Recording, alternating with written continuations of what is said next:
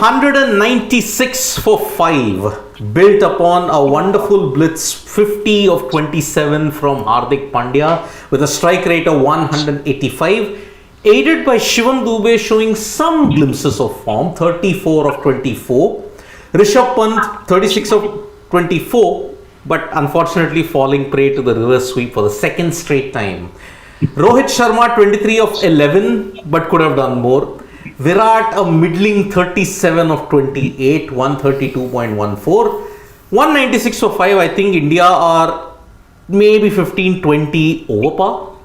Because I think this Bangladesh batting, they again are like the Pakistan of the 90s. They just can't seem to build momentum towards an innings unless a Tauhid Ridway does something. So we're joined by Nikhil from Antigua. And Nikhil, firstly, 15-20 runs over par? Or do you think they could have crossed 200? They should have. No, so I mean, if you remember when we were talking before the match just to start, I said that 200 is what the Indian team would have to target because, you know, that's actually been sort of par total, 10 runs and over in the few games that we've seen so far. So India also had to look at that, nothing short of that. I know that you're not playing Australia, England, West Indies because against those teams, nothing short of a 200 would suffice.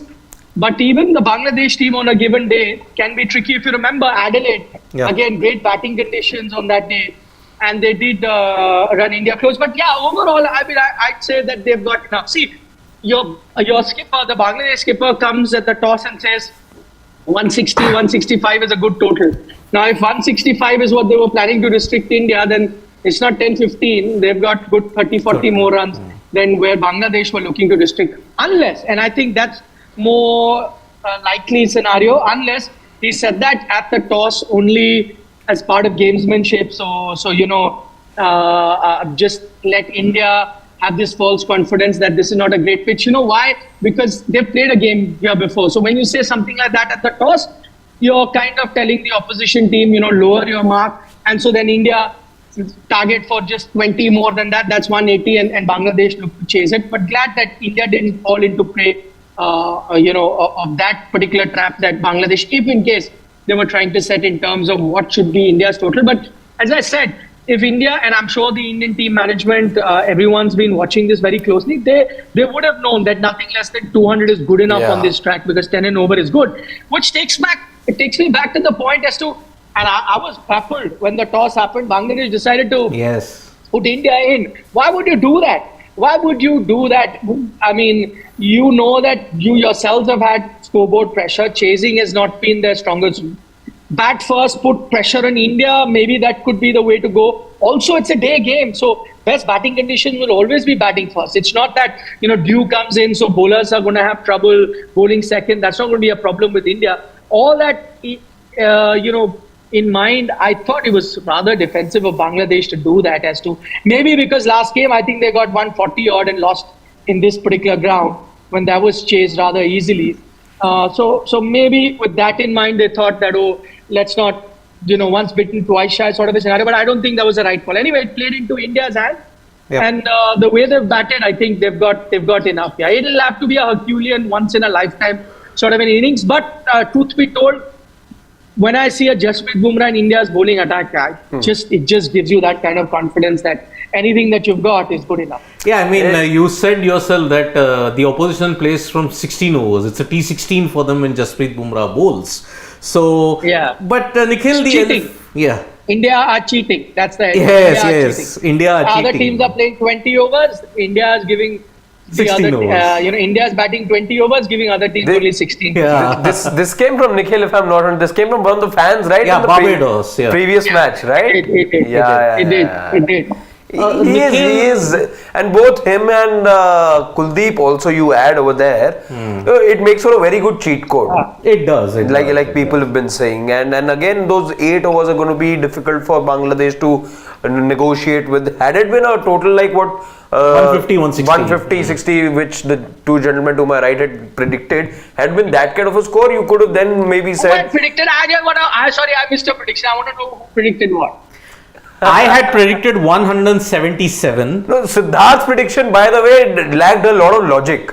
Because Siddharth first said that I expect Roko Jodi to fire today. It's going to be good outing, but I'm going 177, which is lower than what you saw from that Afghanistan match. But then I told you the reason also, South Africa, England. Chalo, anyhow. So Siddharth had gone with 177, Shashwat with 167 from 157, which he had earlier predicted.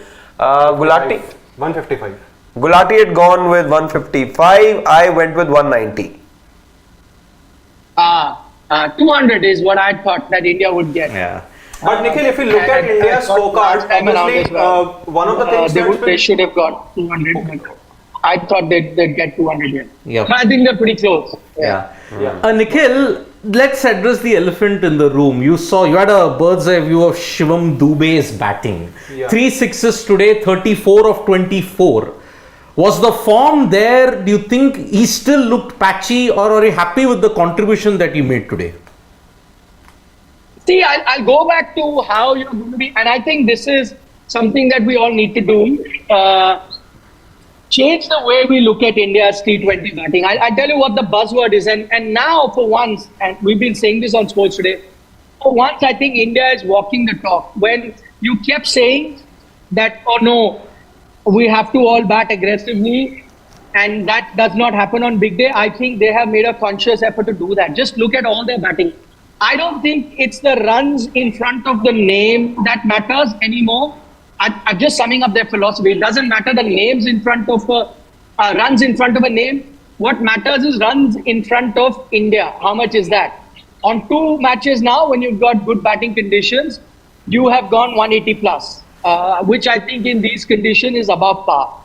And I think that is something that the Indian team has identified. Look at that shot that Rohit Sharma plays. If you were playing the old template, would he have played that shot? No. Look at the attacking shot that Virat Kohli plays. Would he have played that earlier and gotten out? No. Look at the shot that Shivam Dube plays. He's already got a 6 and a 4, if I'm not mistaken. At least a 6 I remember in that over. Yes. Yet attacks the spinner right after. Look at the shots Rishabh Pant has been playing. He played 2 reverse sweep, got out. Conventionally, we would have all gone after them. Conventionally, we would have criticized them. But I don't think the Indian team is looking at it like that. Yeah. I think what they're looking at, and I'm repeating again, we've got 8 batters. We don't need anything more than 30. What we need is good 30s from everyone. We don't need an 80. We don't need a 90. And that, I think, was a mindset that not only the Indian team, but also Indian fans, and maybe even us as analysts had. That, you're once in good form, let the top order contribute, everyone else will follow. No, I think they've changed it. They are saying that if you've got 8 batters, every batter needs to be utilized, which means when you're there, gone are the days, you've got 2 boundaries in an over, now take a single or a double, wait for the next over. No. It's the ball to be hit, go, keep going. Doesn't matter you're losing wicket. Does not matter. You got to keep going. So it doesn't matter how we look at Shivam Dube, to answer your question. I think the team is looking at a Shivam Dube to do this. If you get me 130 at you get me 30 at 150 strike rate, I'll take that. Maybe there is still scope for a few other batters to push that strike rate from 120 to 150. I think that's what you require. But I think in these conditions that is acceptable. If you're in IPL, it's a different thing. Yeah. So it doesn't matter. So what I'm trying to say is, doesn't matter what you and I think. I'm just telling you what the team is thinking. And as we stand here, they're undefeated so far. They have made all of our predictions look silly. They probably would have made our prediction look even sillier when the top order would be lost and we'd say, oh, now they've lost the top order, so India not even getting, so that's why I hear prediction in the 160, 170. They made it look silly, despite the fact that they're not playing top order, getting a lot of runs. That was the only formula India knew. Top order gets a good base, then the last few overs you get runs. That's not what they're doing. And the proof of the pudding is in its eating. On 2 occasions, they've got more than enough runs on board. So I think this is what you will see for them throughout this tournament. And I think in St. Lucia also you'll see this. Yep. They'll continue to attack. On certain days you'll fall short, but for that the other team has to be good. So you get 190, you get 180, you get 200. On a given day, if Australia is good enough to get 200 plus or 190 plus that you set, they chase it, so be it. Australia find a way to hammer a Kuldeep, Arshdeep, a Bumrah, a Jadeja, Akshar and get 190, 200, so be it. But I think this is the formula that Indian team is going with. And at the moment, because everyone is following that template, I don't think the team management will have any complaint, which is what I told you at the start when there was a lot of news reporting where Sanju Samson is going to be playing here. I told you Dube is playing, because now I kind of, not just a little birdie, but also kind of seeing them how they're playing, but also the kind of conversations they've had. I think the team's pretty happy with this. Doesn't mind what you and I think at the moment. So moving ahead in the tournament also, I know today the team has reached the 200 mark, close to the 200 mark. But again today I feel that in the power play, India ended the power play at 45 for 1. Moving ahead when bigger teams like the West Indies, Australia or England for that matter are going to come against India in the semi-final and the final, don't you think that the power play is the only opportunity to actually capitalize, because the conditions are going to be sluggish and the ball will get softer moving ahead in the game? So don't you think that the power play needs to be utilized even more in the games to come? And that intent, I know the intent has been shown by the openers, but how do you think the team should go about that, and how should they utilize the power play even more? Because I think 45 innings again, yeah.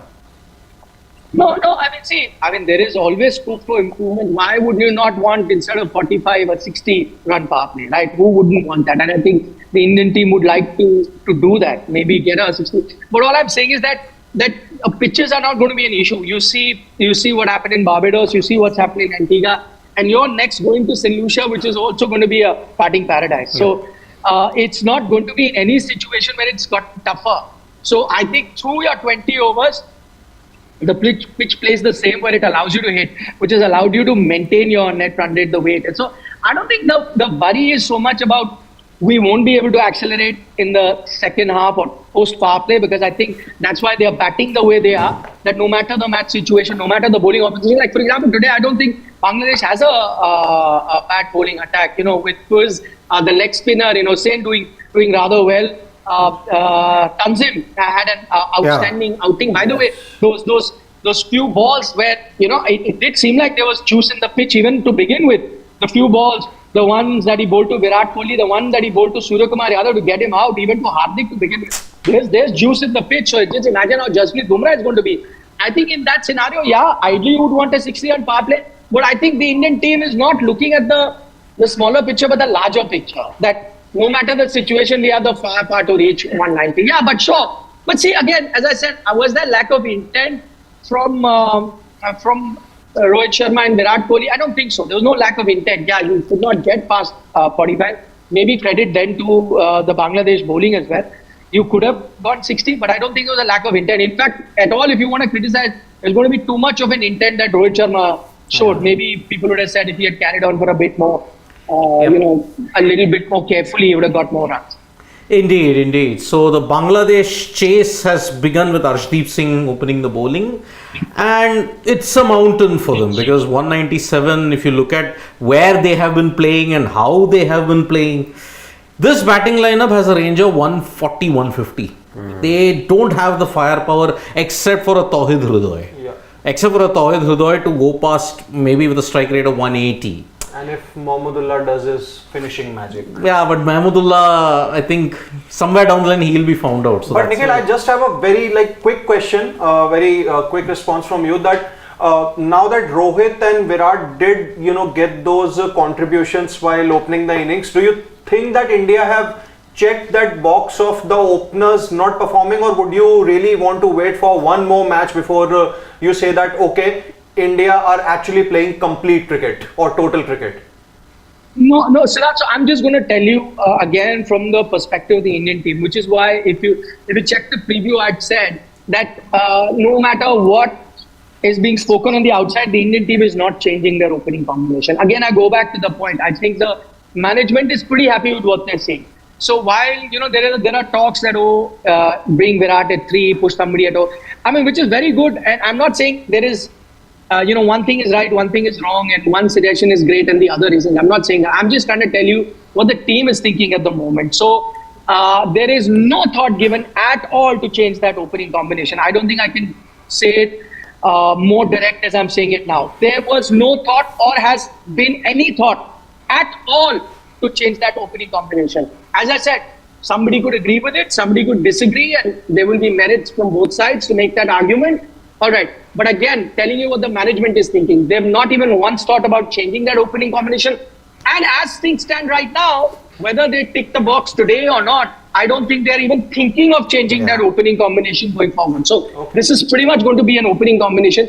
Only way they could have even been directed towards that is that if India had a disastrous opening round like Pakistan did, or maybe a disastrous start to Super 8, having lost both their games, probably it had to go down to that situation for India to reconsider. At the moment, the captain and coach pretty much not even giving it second thought. This is going to be the opening combination.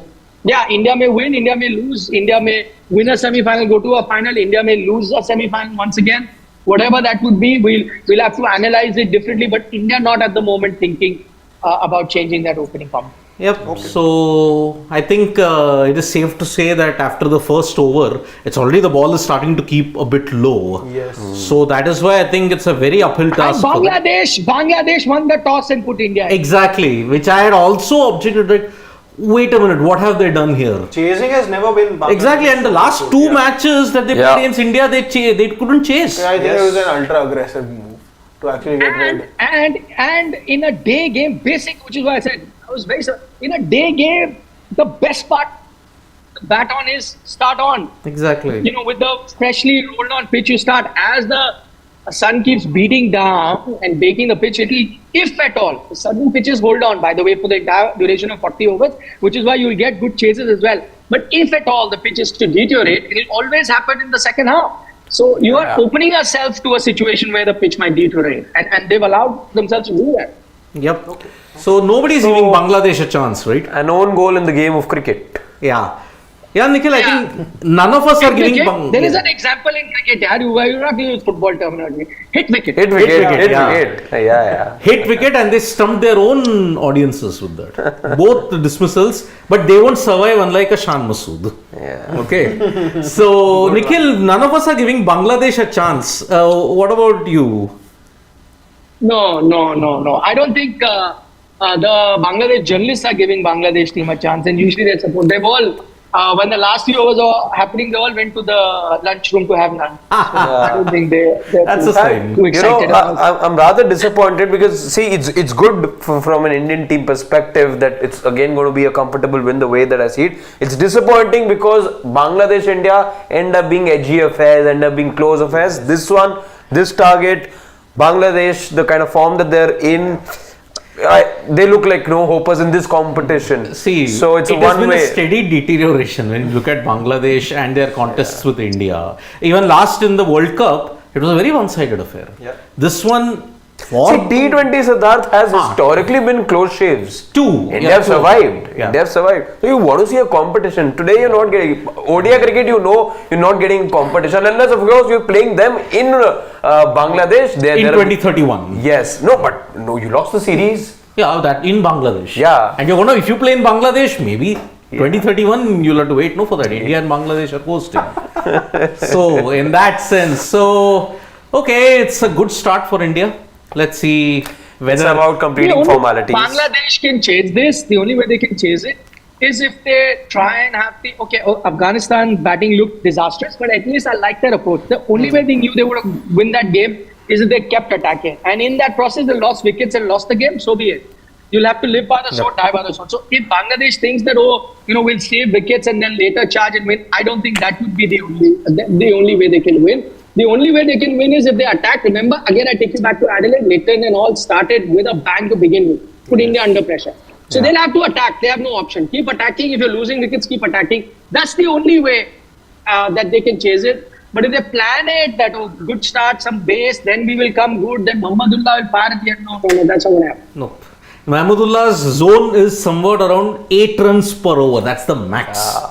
Apart from that, he can't accelerate at this point. So that's the problem. So, well, in 2 hours, we'll come to know whether India have sealed their spot in the semi-final and they'll play in Guyana.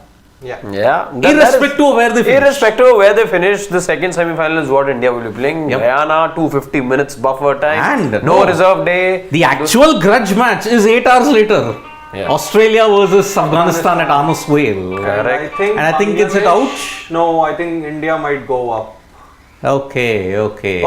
Then we'll join you guys after the match gets over. Of course, everyone very bullish on an India win as is everyone here in the Sports Today studio. Same goes for Nikhil as well, who will be joining us after the match gets over with plenty of fans. So you'll get to see what the buzz is like outside the stadium too. So be with us, 90 odd minutes. That's what it is left for formalities to be completed, and we'll see you here at Sports Today. Yep, we will. Bye-bye from Antigua and from... Don't say formalities, don't say formalities. What if it comes back to bite you? Don't give 0%. 0%, 1%, yes. Don't go 0%. Don't do 0%. No, never. Yeah, I learned my lesson in Hyderabad. Of course, all of us did.